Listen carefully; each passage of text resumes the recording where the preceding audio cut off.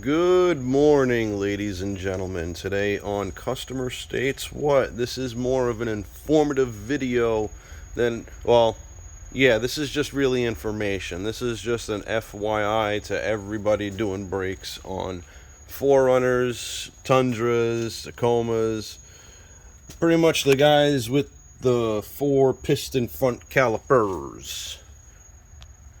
The thing is, the customer came in, they wanted brakes. So, alright, say no more.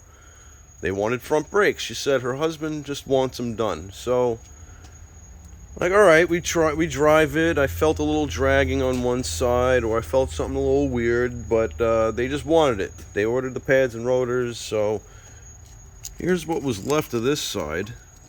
They're pretty healthy. Now, meow. The other side is a different story. The other side is wearing a little faster. A little more abnormal wearing happening over here. Now, what happened here is, out of these 4 pistons, I was able to compress this one, and this one. But, as you can see here, couldn't compress that one.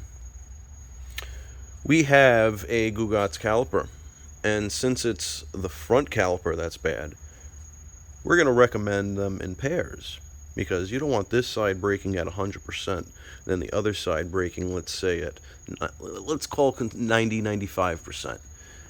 If that happens, yeah, the vehicle is going to have a slight pull, and the faster you go, the longer the pull is, or the more rough the pull is. Giggity. So yeah, guys, pretty much the announcement is, before you do brakes in any of these 4-piston brake caliper vehicles, check the pistons. Make sure all 8, because there's 8, it's 4 per side, make sure they compress, because now we're waiting for parts. Alright guys, if you don't know what to do, please like, subscribe, hit that bell notification for further content.